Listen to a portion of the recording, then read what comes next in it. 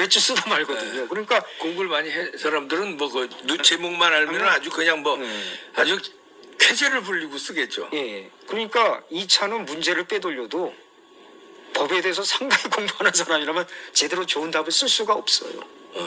그러니까 생각외로 말하자면 그 법을 상당히 공부한 사람이라면 2차 문제를 미리 알았을 때 느끈히 합격하지만 별로 공부를 한 지 얼마 안 되는 사람이라면 별로 합격이 생각보다 어렵죠. 그래서 1차에 떨어졌다. 2차에 떨어졌다. 그러니까 어떻게 됐냐면은 노무현은 14회 이거 70년대라면 거의 다 1월 달에 1차, 2월 달에 2차입니다. 그래서 제가 그걸 쭉 순서내면 72년 1월 달에 14회 1차예요.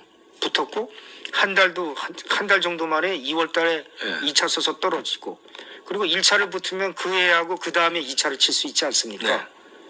그러니까 73년이지. 73년 15회는 2차만을 쳤는데 거기서도 뭐 한 60명 뽑는데 자기는 한 뭐 130등으로 뭐 그 떨어진 사람도 석차는 나와요. 네. 2차는. 그러면은 74년에는 1차부터 쳐야 되지 않습니까? 네. 그게 딱 2년만 유효하거든요. 네. 그때 74년은 16회가 되죠. 16회 사법시험인데 16회 사법시험 1차에 대해서 아무 말도 안 해요.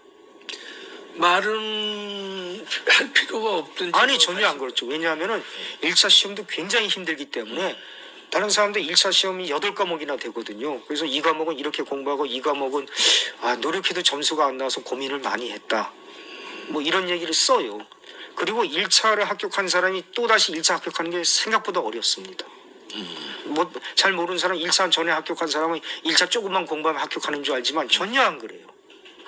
그러니까 신뢰가 하나 있는데 이름까지는 제가 안 되겠지만 저기 노무현과의 그 검사의 대화에서 좀 나왔던 검사인데 이 검사도 이런 사람이에요. 한양대 법대를 나왔는데 84학번입니다. 네. 근데 입학하자마자 1월달 3월달부터 공부를 진짜 죽어라 했는데 네. 말로는 뭐 하루에 18시간 하루에 24시간인데 18시간 공부가 가능한지 모르겠는데 그래서 25개월 정도 25개월도 더 되죠. 왜냐하면 3학년 5월달에 1차를 쳤으니까 거의 뭐 7개월 공부해서 3학년 때 1차를 합격했어요. 근데 3학년 때는 한 번 다 응시는 법대생 응시해보는데 1차 합격한 사람은 전국적으로도 2~3명뿐이 안 나와요. 그래서 합격을 하고 4학년 때인 이제 한 12개월 1년 공부해서 4학년 때 2차를 쳤거든요. 근데 떨어졌어요. 그러면 그 다음에부터는 이제 84, 5, 6, 7이니까 88년서부터는 다시 1차부터 공부해야 되거든요. 그러니까 목표를 어떻게 세웠냐면 내가 전에 1차 했으니까 1, 2차 둘 다 붙겠다고 한 거예요. 같은 해. 그걸 이제 동차라고 하거든요. 동차 합격. 그랬더니 1차도 떨어지는 거예요. 88년에는. 그래서 다시 목표를 바꿔서 89년에는 1차만 공부를 했는데 또 떨어졌어요. 그리고 90년에 비로소 1차를 다시 붙고 그러니까 옛날 86년에 이제 떨어진 거는 문제가 안 돼요. 뭐. 네. 근데 어쨌든 간에 제가 말하는 거 1차 시험도 다시 붙기가 쉬운 건 아닌데 노무현은 그 16회 74년에 1차 시험에 대해서 아무 말도 안 해요. 이게 왜 이상하냐면은 과목이 또 늘었어요. 6과목에서 8과목이 늘고 문화사가 새로 들어가고 경제학개론도 들어갔거든요. 굉장히 생소한 거거든요. 거기 상고에서는 세계사를 안 배웁니다. 근데 세계사, 국사 세계사가 이 수험생도 굉장히 골치 아프게 하는 과목이에요. 왜냐하면은 아니 너무 설명이 길어지죠. 뭐 어쨌든 간에 그래서 어지러워져요. 그래서 어떤 느낌이 드냐면은 정리를 해주세요. 노무현은 얘는 1차는 면제가 됐다는 느낌마저 받아요. 그럼 면제해 줄 수가 있나요? 그러니까 만약에 문제 유출을 가정하잖아요. 1차는 전혀 공부할 필요가 없어요.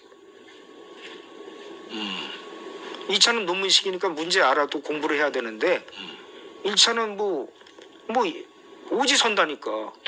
헌법 1번에 그거 이제 답 문제하고 답만 알면은 쭉 1차는 쭉 쓰고 2차는 논문 제목만 알면 거기에 대해서만 공부해가지고 논문 제목만 알면 또 쭉 쓸 수 있고 외워서. 근데 2차는 생각보다 그게 그 하루에 2과목 치는데 과목당 2문제 나오거든요. 하여튼 뭐 그렇게 해서 이상화되는 게 지금 뭡니까? 그 핵심으로 들어가 주세요. 한마디로 불가능이 가능이 된 거예요.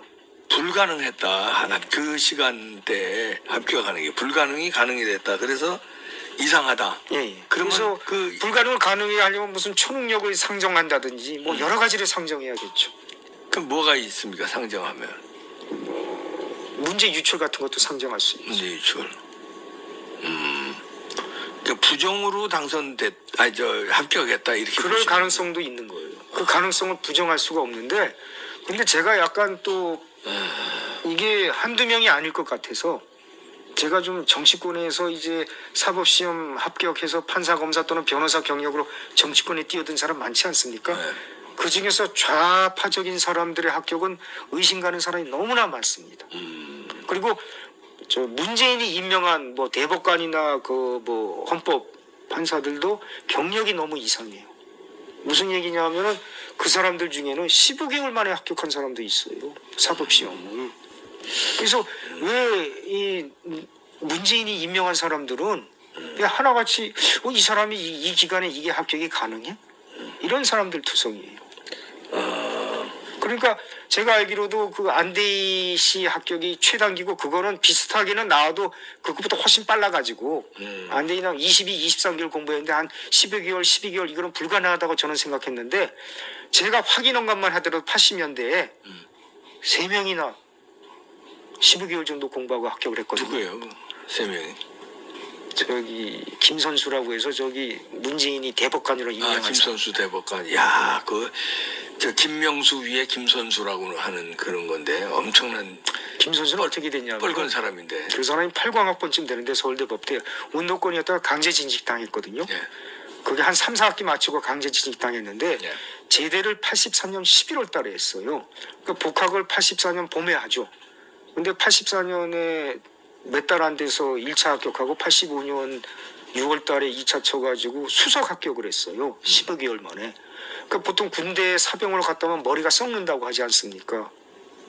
그러니까 그때 법대에서도 말이 많았어요. 어떻게 12개월 만에 수석 합격을 하냐고. 근데 김선수가 특이한 게 또 판사 되기를 거부하고 곧장 변호사 돼서 열심히 시국 사건 변호만 하고 그러고 살다가 문재인이 발탁한 거예요. 그리고 지금 마흔역이라는 사람을 뭐 헌법재판관 임명한다고 말이 많잖아요. 네. 그 사람도 80학번인가 서울대 정치학과인데 그 사람은 진짜 10몇 년간 뭐 지하 혁명운동도 하고 그랬거든요. 그러면 결국은 이 사람은 15년 뭐 이 정도 10몇 년간 전혀 공부를 안 했다는 얘기죠. 근데 이 사람도 한 15개월 만에 합격을 하고 거기도 15개월 만에. 정도 대충 보면은 그 다음에 송영길도 마찬가지예요. 송영길은 8회 학번 연세대 경영입니다. 네. 그러니까 이런 사람들 다 전공이 법이 아니에요. 그래. 마흔역도 정치학 전공이고 그렇지. 송영길도 뭐. 8위 경영인데 당연히 이 사람은 공부를 전폐한 지가 10년이 넘었거든요. 근데 이 사람이 또 자기가 사법시험 준비한 게 뭐 94년 자기 말로 그래요.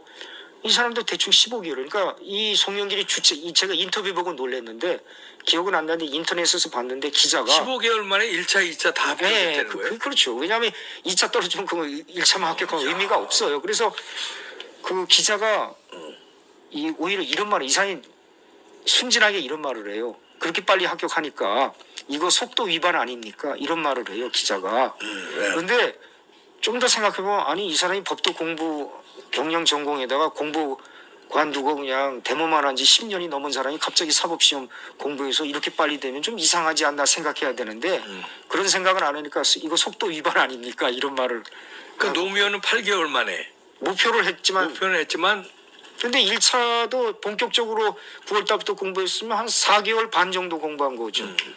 하여튼 전공도 아닌데. 근데 나중에 합격할 때는 뭐 얼마 만에 공부한 거예요? 그 몇 차 몇 번 떨어졌잖아요. 그러니까 제가 그랬잖아요.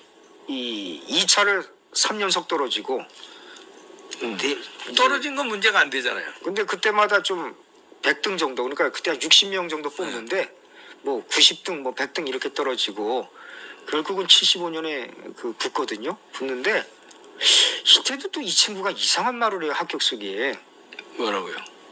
권양숙한테 수석 합격할 테니까 인터뷰 준비하고 하라고. 자기가 시험 치러 가는 날에도 그랬대요. 아 인터뷰 준비하라고. 근데 이 수석 합격하니까 예, 이제 그럼 뭔가 문제를 다 알고 있었다는 얘기로 이렇게 우리가 의심한다 이런 근데 얘기죠. 그걸 이제 농담이라고 받아들일 수가 있지만은 그런 농담이 안 나오거든요. 수험생들은 말이죠. 특히 2차를 여러 번 긴장되지, 떨어지잖아. 긴장되지. 2차 여러 번 떨어지면은 제발 붙기만 하겠다 생각하면 그건 안 얼마나 되지. 긴장돼요. 예, 예. 그런 농담이나 이런 게 생각이 안 나온다고 하더라고요. 아이고, 야, 뭐 어지럽습니다. 그래서 이 책에서 이제 노무현의 감춰진 삶을 밝히는데, 요거는 뭐 지금 증명할 방법은 없는 거네요. 아니 근데 제가 이 방송이니까 톤을 많이 낮췄는데 이 보시면은 아마 대부분이 확신하게 될 거예요. 아 초능력자 맞네. 그 초능력의 정체가 뭔지는 모르겠지만 투시력일 수도 있고 뭐 예지력일 수도 있고 그런 거죠. 문재인은 어떻게 보면 더 황당해요. 문제는 그건 뭐 2부에서 하겠습니다. 이윤섭 작가였습니다. 고맙습니다.